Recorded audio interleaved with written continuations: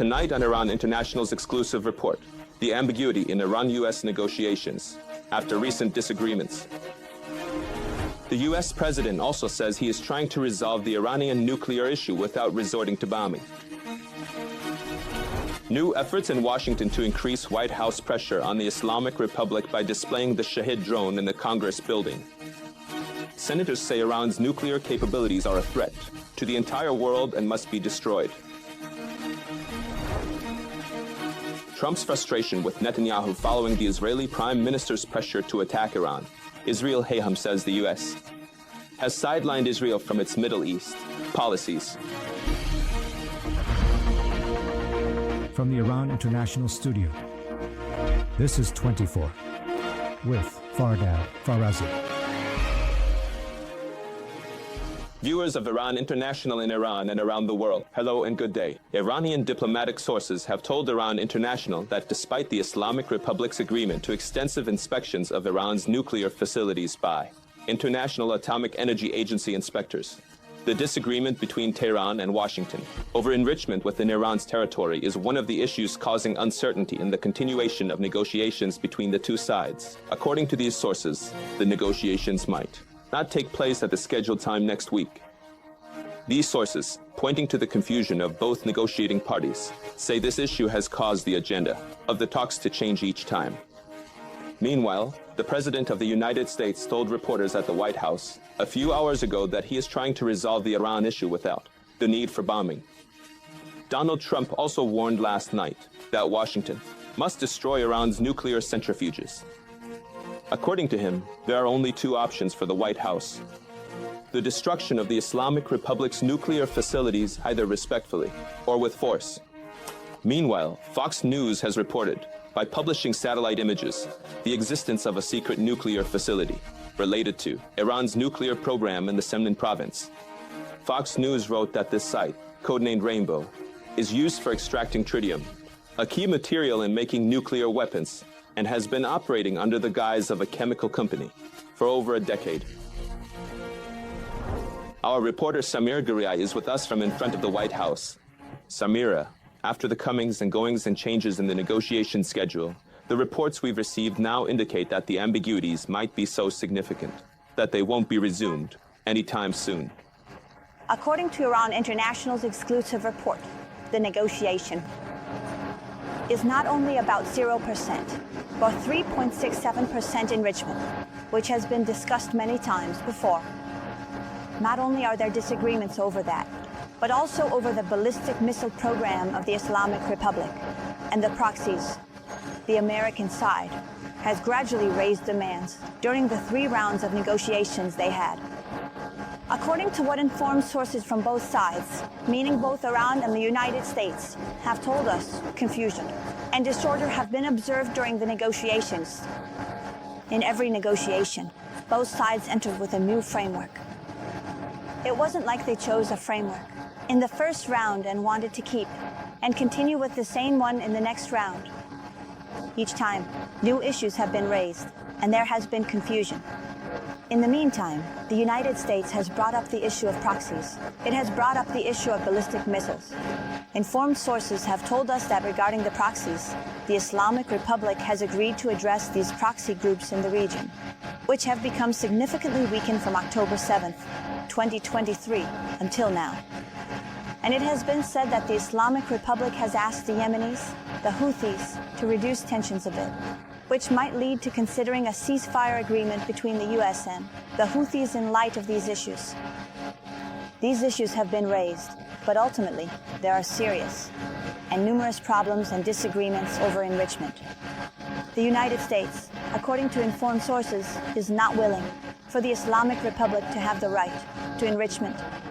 Regarding this exclusive news from Iran International, I inquired with the Ministry of Foreign Affairs about which parts they confirm and what more they can add to our reports.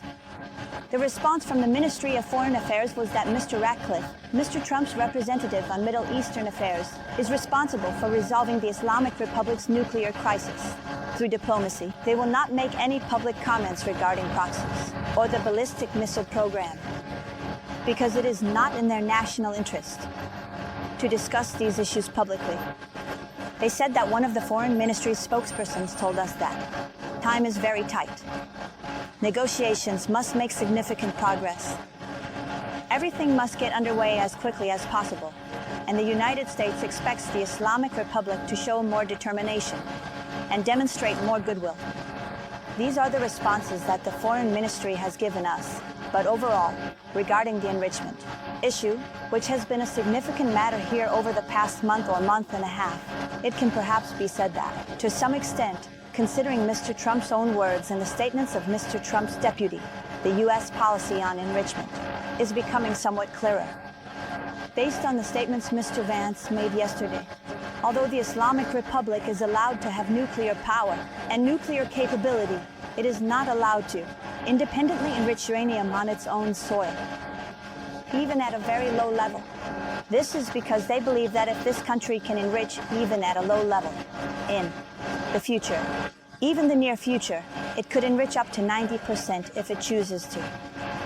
In other words, the Islamic Republic must lose its enrichment infrastructure. If it does not lose it, with the will to compromise, it could achieve 90% enrichment. Mr. Trump said last night that he has not yet made a final decision about this enrichment. And today he also stated that he prefers to resolve all issues through diplomacy, so that he won't be forced to bomb the Islamic Republic's nuclear facilities tomorrow.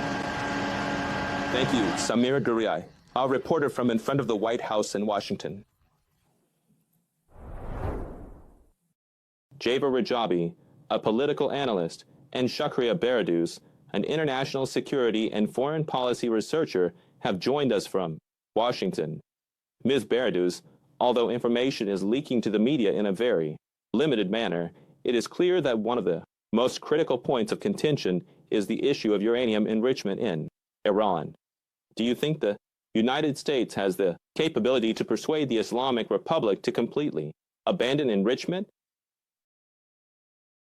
In my opinion, this is the beginning of the deadlocks in reaching these agreements.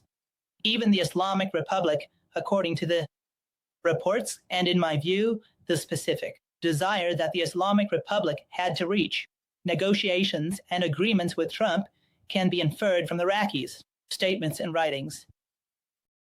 That even in some cases, he uses Trump's tone, promising economic investments inside Iran. That desire, that flattery present in Iraqis' writings, reveals to us how much the Islamic Republic knows it's a dangerous situation for preserving the regime and is forced to engage in negotiations and reach an agreement. And even if they reach any conclusion regarding the nuclear program, in my opinion, there are other issues that we discussed from day one. The issue of the militia groups, the issue of the Islamic Republic's missiles. Even if they move past the nuclear program, these are the issues that will make these agreements more difficult. Why do I mention this? Because consider that the Islamic Republic wants to. Because they gave a positive response regarding the nuclear program. They removed the enriched uranium. They destroyed the centrifuges, which is very difficult. The current issue for the Islamic Republic is whether the centrifuges, which even Netanyahu said should not remain in Iran, something that Trump is also saying now, and the Trump administration is currently discussing this. But when these issues are resolved, is the nuclear program the only thing keeping Europe from activating the mechanism? Europe, which we know from the latest contact, if we bring an example, the European Union's foreign policy chief, Kallas, who is also speaking with Iran's foreign minister, talked about the Islamic Republic's missile program and its support for Russia. He discussed Europeans who have been imprisoned and taken hostage by the Islamic Republic. If the topic is Europe, then the Islamic Republic's missile program and its support for Russia are also relevant. When it comes to the Gulf countries and the Arab countries in the region, the issue of the military group is also relevant. The military group is also relevant. So the framework that the U.S. considers for these agreements, if it itself comes to an agreement, must include European countries and regional countries. That's why, from the very start, my analysis has been that one shouldn't be too optimistic about reaching an agreement. Mr. Rajabi, you are also not optimistic that an agreement will be reached. endless greetings. There are many obstacles. A lot of obstacles exist. But the issue is that the Islamic Republic, well, in my opinion, doesn't want an agreement. It wants an agreement, but in the way it desires for itself. Ali Khamenei wants to enjoy the process more. But what are the obstacles?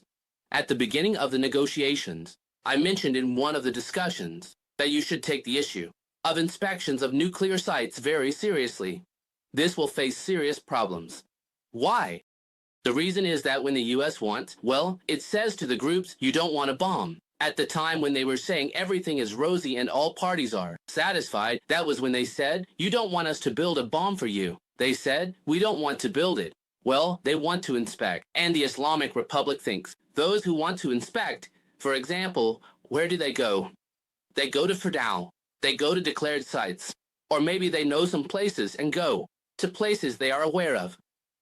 In my opinion, because the Islamic Republic doesn't know how much the U.S. knows, or how informed they're about these programs, this is still a sensitive issue. This means that inspections are very sensitive, and perhaps they encounter problems because of this. There's another issue, which is the matter of Israel.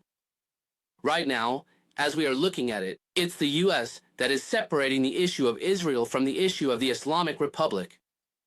But in my opinion, this could be a stigma for Israel itself. Why is that? The reason is that the Islamic Republic, when, for example, one of its playing cards was to always drag everyone into the conflict, everyone fighting with everyone, it would say the region would turn into a big war, a comprehensive war.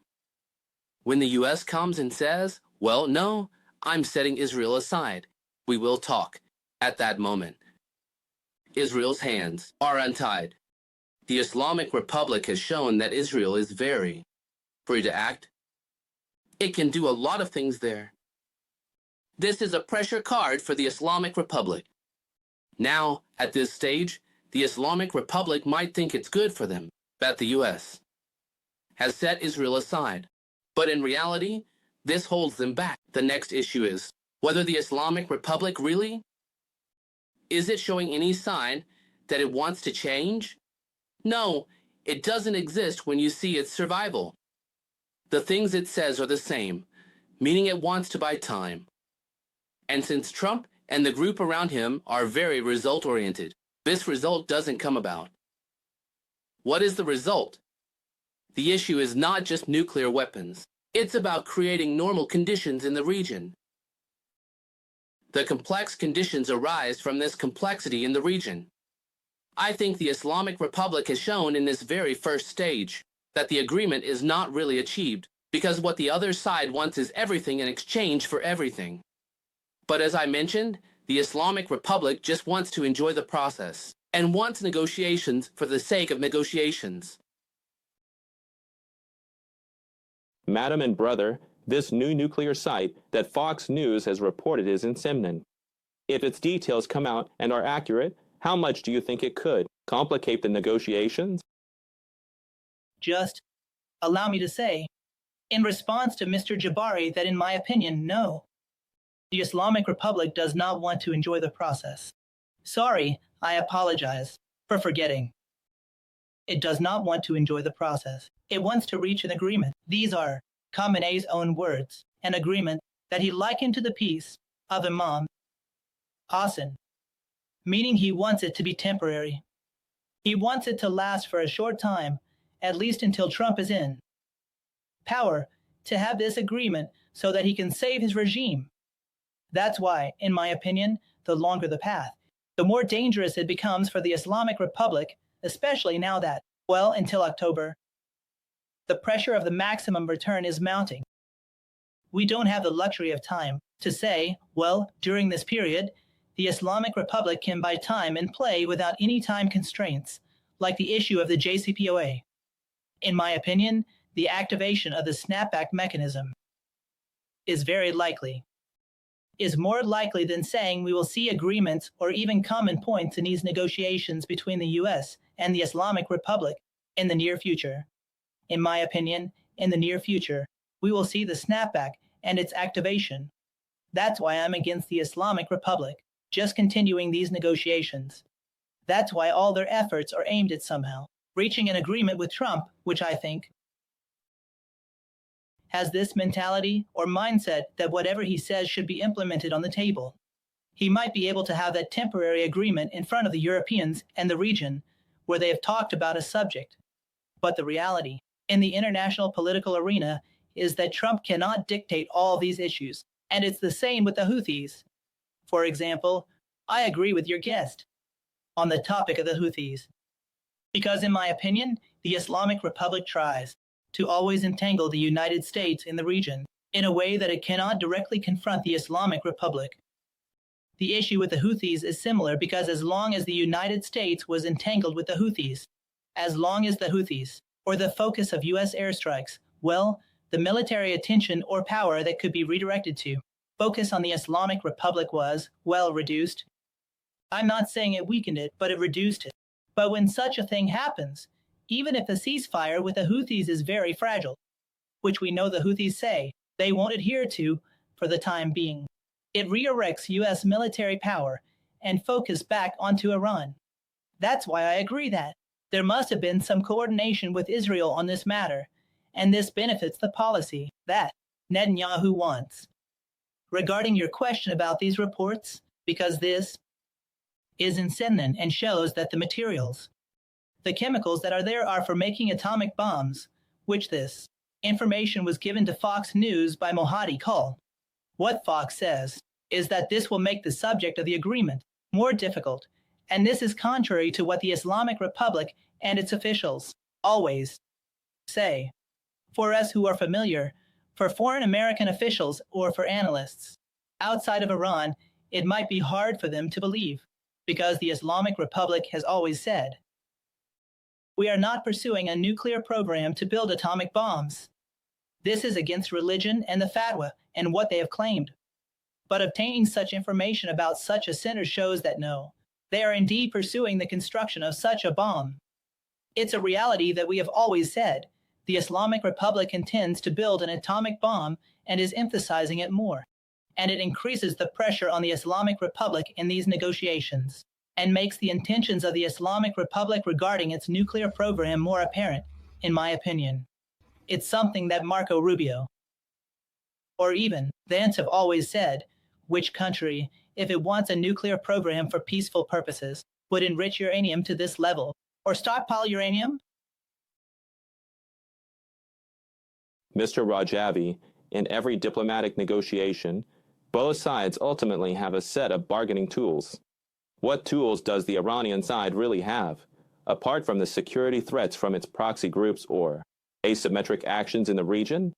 I mean, it doesn't seem to have a very high military capability or economic tools at its disposal. With what do they enter the negotiation table? Let me say something. First of all, I am answering Rajavi, as you mentioned, and I'll say it again. But regarding this topic, I say that they don't want an agreement because the reason is that they definitely want nuclear weapons. Ali Khamenei is certainly passionate about nuclear weapons and wants to have them as a valuable asset. This is absolutely certain. When you talk about an agreement, the other side has made it clear that you must not have nuclear weapons. We know they want them, so the rest is just a game. The rest is just a game that will slip away at some point. But why do I say that understanding the issue is different from making an agreement? Writing a memorandum of understanding to later draft an agreement is different from an actual agreement. But to be precise about another topic, the Islamic Republic, this is the question you have. The answer is, why does Allah want this path? Because they have no cards left to play. When the negotiations stopped, I think this attack that they carried out, the Islamic Republic wanted to create new cards again. The straw response they received was tough when they came and said that they would no longer attack the ships. It can almost be said that it was the funeral of the axis of resistance, in the sense of the axis, in the sense of the unity of the fronts, the agreement of the fronts. But what does it have now? What tools does it have? Well, power has various tools. It has economic tools. It has internal forces. It has supporters. It wants a global ally. The Russian ambassador in Iraq was asked what they would do if the Islamic Republic were attacked. He said they would pray for it. He said just pray, saying that having all these Russians pray is not insignificant. It means it doesn't have an ally in a major war. What it wants, to ask for this again. To revive it, to advance its weaponry to a certain point, and to extend its missiles range to Europe. I think by now the Islamic Republic knows that. It doesn't have symmetrical tools for attacking or countering, and it just wants to buy time. Thank you both, Java Rajavi, political analyst, and Shakriya Baraduz, international security and foreign policy researcher from Washington. An hour ago, the organization united against nuclear Iran, with the presence of American officials, displayed a Shahed 136 drone made by the Islamic Republic in the U.S. Congress. According to the organization united against nuclear Iran, this drone was shot down by Ukrainian forces during the war with Russia. Mark Wallace, the head of this organization, stated that the purpose of displaying these drones is to inform American policymakers about the threats posed by the Islamic Republic. Ted Cruz, a Republican senator, criticized the policies of the current U.S. administration towards the Islamic Republic in this session. He also said that Iran's nuclear capabilities are a threat to the entire civilized world. President Trump explained this red line in the early weeks of his administration. And they quote from the presidential memorandum on Iran, stating that Iran's nuclear program, including its enrichment and processing capabilities, poses an existential threat to the United States and the entire civilized world.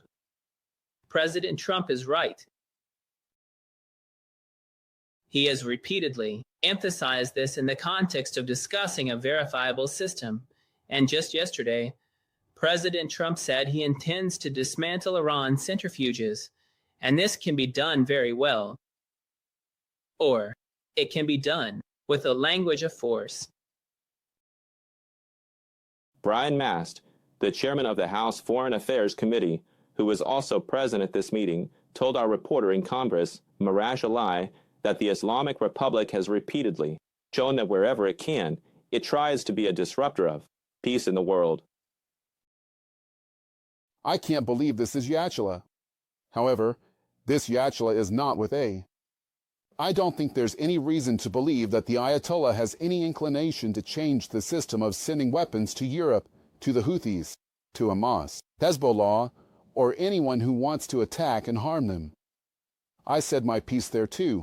People from every group, with any religion and profession, are united against Iran because they have realized that Iran will attack them as well. I think everything is on the table. Ultimately, we want a country there that is not a threat to other countries around the world, that does not disrupt peace in any quarter of the world. This country should not work to arm anyone who pursues a goal for it. To act against Israel. This list is very long, but you can't have a country that continues like this. Let's specifically return to the nuclear issue, because this is the biggest part of the conversation currently taking place. However, I am hopeful in this regard. I know that we have a president who will ultimately lead us to our goal, whether through diplomatic means or practical measures. If you need to fix this, you need to fix this. Arash Alay himself, who was present at this meeting, will give us more details about it.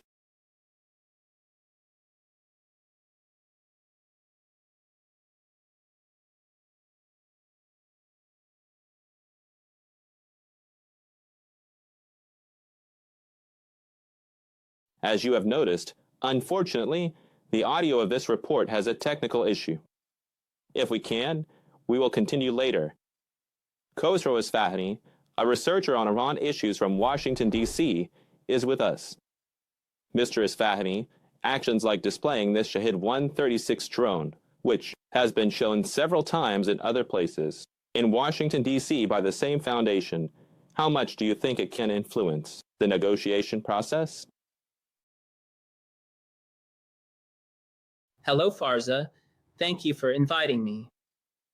The issue with displaying this drone in Congress is that the Islamic Republic, along with the graduates of Zarif School and their beggars in the West, have been doing everything they can during this time to convince the world that the Islamic Republic seeks lasting peace in the region, to want an agreement that prevents the Islamic Republic from obtaining nuclear weapons.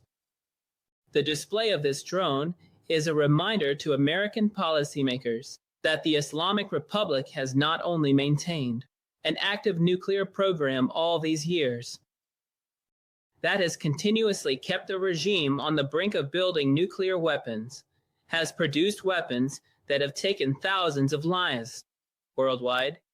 The Shahed 136 drone, which was displayed today in the U.S. Congress, has been used in Sudan, in Ukraine, in Yemen, in all over the world, being used by the Islamic Republic's proxies to target not only military objectives, but also civilians. The Shahed 136 drone has become a nightmare for the civilian population of Ukraine. When you talk to them, each one will tell you about the buzzing sound of this drone in the Ukrainian sky, which is a nightmare for the defenseless women and children of that country. One of the messages of this event displayed in Congress was to show the true face of the Islamic Republic.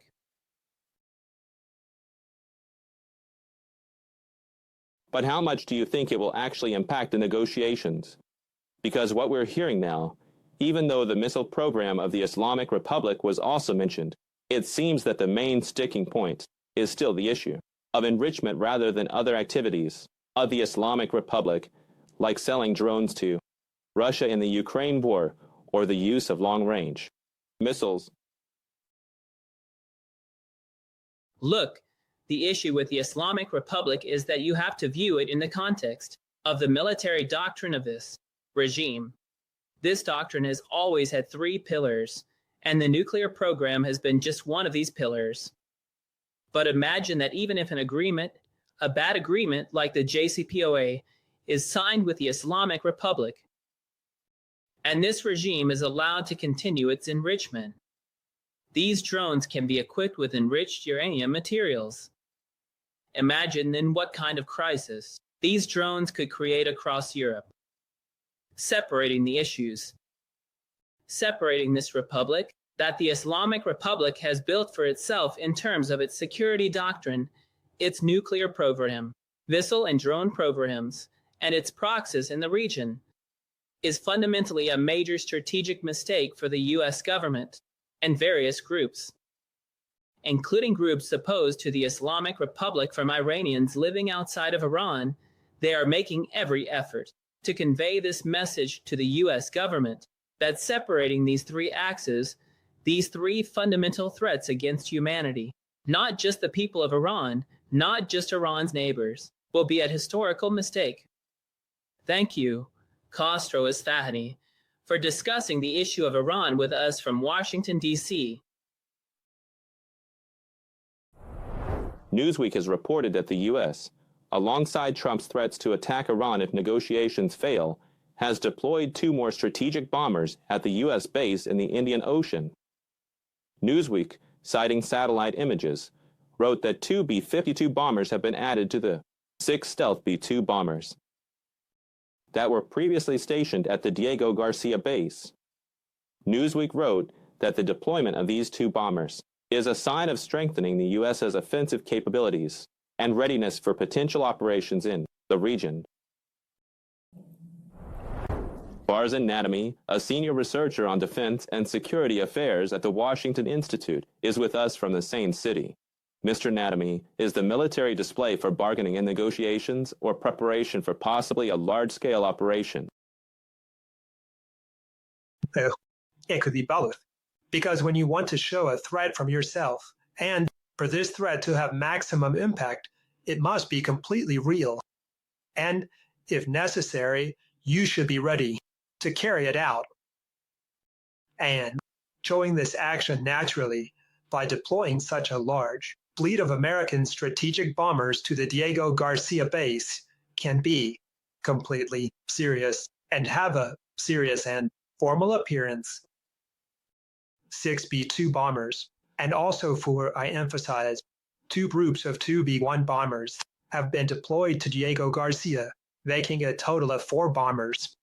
A quick calculation shows that with 80 tons of bombs or cruise missiles that each B-1 can carry and 31 tons of bombs that each B-52 can carry. In total, we are talking about 300 tons of explosives, which could be either 176 2,000-pound bombs or the same number of cruise missiles, depending on their type, with a range of between 900 to 1,100 kilometers. This represents a very formidable firepower just for one base, and for this number of bomber aircraft, which, using the refueling aircraft stationed at the same base, can reach a distance from the Iranian border with about 6 refueling aircraft. And these B-52 bombers can launch their cruise missiles, and the B-2 bombers can penetrate deep into Iranian airspace. This is the image that the Pentagon wants to portray of this capability, which can be used whenever the President of the United States decides to do so. But now, whether this capability will actually be used is another matter, however. The message they want to clearly convey to Iran is that we have created this capability in one place for the first time in history, and as a result, we are very serious about our threat. Iranian military officials have repeatedly stated that they consider American military bases in the region as legitimate targets in the event of a conflict. Do you think part of the reason the U.S. is moving this amount of military equipment to Diego Garcia is a response to this type of threat, instead of, for example, moving it to the Al Udeid base in Qatar or other places in the region? Exactly. Exactly, because the Diego Garcia base is completely under U.S. control, and they don't need permission from any country to use it. It can be expected that the Arab countries of the Persian Gulf would impose significant restrictions on any use of American air bases on their soil. For the American side, if a military conflict is to take place, they might even prohibit the use of those bases. This possibility exists, and that's why the United States places great importance on aircraft carriers and the Diego Garcia base. Diego Garcia is like a stationary aircraft carrier on land, which is crucial because it doesn't need to pass through the airspace of any country on its route. As I mentioned, cruise missiles can be launched from over the Indian Ocean or the Arabian Sea. Additionally, B-52 bombers, if needed, to penetrate Iranian territory, can enter from the Sistan and Balochistan region. The cruise missiles likely targeting Iran's radar and air defense systems, along with F-18, F-35, and E-18G Growler fighter jets, which are specialized in electronic warfare, create a secure corridor. This allows B-2 bombers to penetrate and attack their targets deep within Iranian territory. Well, naturally, we know that the targets B-2 bombers are supposed to hit in such an attack are primarily Iran's nuclear facilities and fortified nuclear installations, and possibly some of Iran's fortified missile bases. And naturally, all of this is part of the United States' defensive capabilities. There's another player in the region right now, Israel. How much do you think they can carry out significant operations even without U.S. support? Yes, this is the offensive capability of the U.S., solely using the Diego Garcia base. As I mentioned, there are also 2 American aircraft carriers in the region, each with about 60 fighter jets ready for service. The Israeli Air Force, on its part, has about 250 bombers, each capable of penetrating deep into Iranian territory. The number of Israeli fighter jets is higher, but at least this is the number that can be used against Iran at any given time. In total, considering and adding other American fighter jets in the region, they can collectively have a significant offensive capability. I emphasize, with cooperation with each other. Thank you. Farzad Nademi, senior researcher on defense and security affairs at the Washington Institute. The Israeli publication Israel Hayom has written that sources close to Donald Trump, the President of the United States, have reported on the strained relations with Benjamin Netanyahu, the Prime Minister of Israel, and the mutual disappointment between the two. According to Israel Hayom, Trump is displeased with Netanyahu's pressure on Mike Waltz, the former national security advisor, for military action against Iran. Mr. Trump is also angry about Netanyahu's hesitation in making decisions related to normalizing relations with Saudi Arabia and has decided to advance regional initiatives without Israel's participation. Sources told Israel Hayom that Israel has been excluded from the ceasefire negotiations with the Houthis. Israeli Defense Minister Israel Katz has warned that any country that harms Israel will face a severe response. In a post on the social media platform X, the Israeli Defense Minister addressed Iran and the Houthis, stating that the era of praxis has ended and what he called the axis of evil has collapsed. Mr. Katz, referring to Israel's attacks on Hamas, Hezbollah, the Houthis, and the former Syrian government, has threatened that if the Houthis' attacks continue, Tehran will also be targeted. Mayor Jay Danfar, an analyst on Israeli affairs, is with us from Tel Aviv. Mr. Jay Danfar, on the surface, it seems that the relationship between Mr. Netanyahu and President Trump is very cordial, and every time they meet, they exchange pleasantries and smile. But what is leaking in the media, some of which is reasons and evidence that make it believable, suggests that there are deep and serious disagreements behind the scenes. Disagreements are emerging, and the existing ones are becoming deeper. I must say that in Israel, it is really disappointing for us that Mr. Trump is coming to the Middle East, going to Qatar, going to Saudi Arabia, going to the United Arab Emirates, but not coming to Israel. I remember that Mr. Obama, after he was elected in 2008, if I'm not mistaken, he came to the Middle East. He spoke in Egypt, in Saudi Arabia, if I'm not mistaken, I think, but he didn't come to Israel. And at that time, many people in Mr. Netanyahu's government were concerned and displeased, very much so. But they said, well, they are Democrats. What do you expect from them? But Mr. Trump, who is truly a very important and even vital ally for Mr. Netanyahu, is coming to this region from America and not visiting Israel. This is really not a good sign for the relationship between Mr. Trump and Mr. Netanyahu. It seems that overall, if I want to say generally, their relations are currently good, on the surface and behind the scenes as well, but significant differences are really emerging that could gradually intensify conflicts in the future, especially regarding the issue of the Houthis. Mr. Trump actually reached an agreement with the Houthis for a ceasefire between the U.S. and the Houthis, but Israel is not included in this ceasefire. This really shows that Mr. Trump is getting tired of some of Mr. Netanyahu's policies, and this perspective is emerging in the U.S. that Mr. Netanyahu is seeking perpetual war, constant conflict, and only wants to resort to military options. And this differs from Mr. Trump's priorities, who genuinely wants stability in the region for agreements to be established in the area, so that Mr. Trump can shift his focus from the Middle East to China. What do you think is the key difference between Mr. Netanyahu and Trump right now, and how can Mr. Netanyahu, who has extensive experience in politics, maneuver in this game? The most important point of disagreement between them is the issue of Iran. Mr. Netanyahu's view is that the U.S. should demand the complete dismantling of Iran's nuclear program in negotiations, and if Iran does not agree, the U.S. should immediately resort to the military option. And it seems that Mr. Trump is not there yet, and wants to try to see if he can reach an agreement with Iran. He wants more time.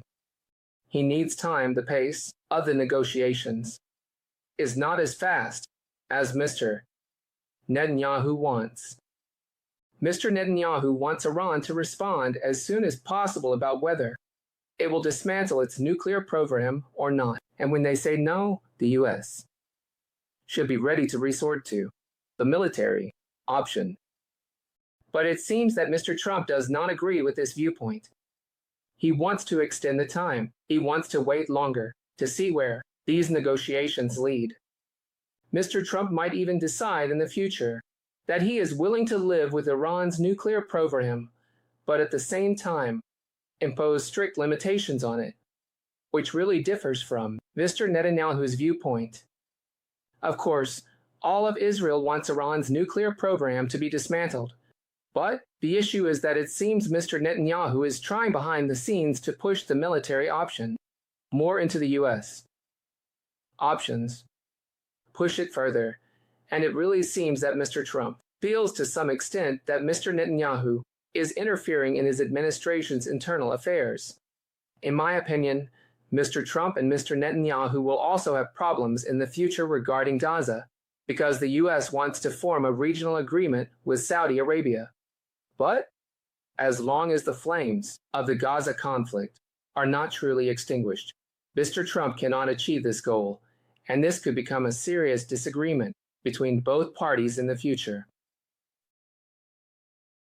Thank you, Mayor Jay Danfar, Israeli Affairs Analyst from Tel Aviv.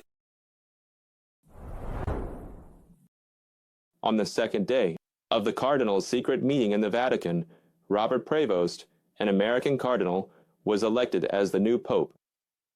Mr. Prevost has chosen the name Pope Leo XIV for himself, and with this election by the cardinals, he becomes the first American to reach this position in the Vatican Church. It is said that about 130 cardinals under the age of 80 were responsible for the official, ceremonial, and completely secret process of electing the new pope. Let's go to Italy. Let's join our reporter Kimia Gorbani. Kimia, tell us about the new pope.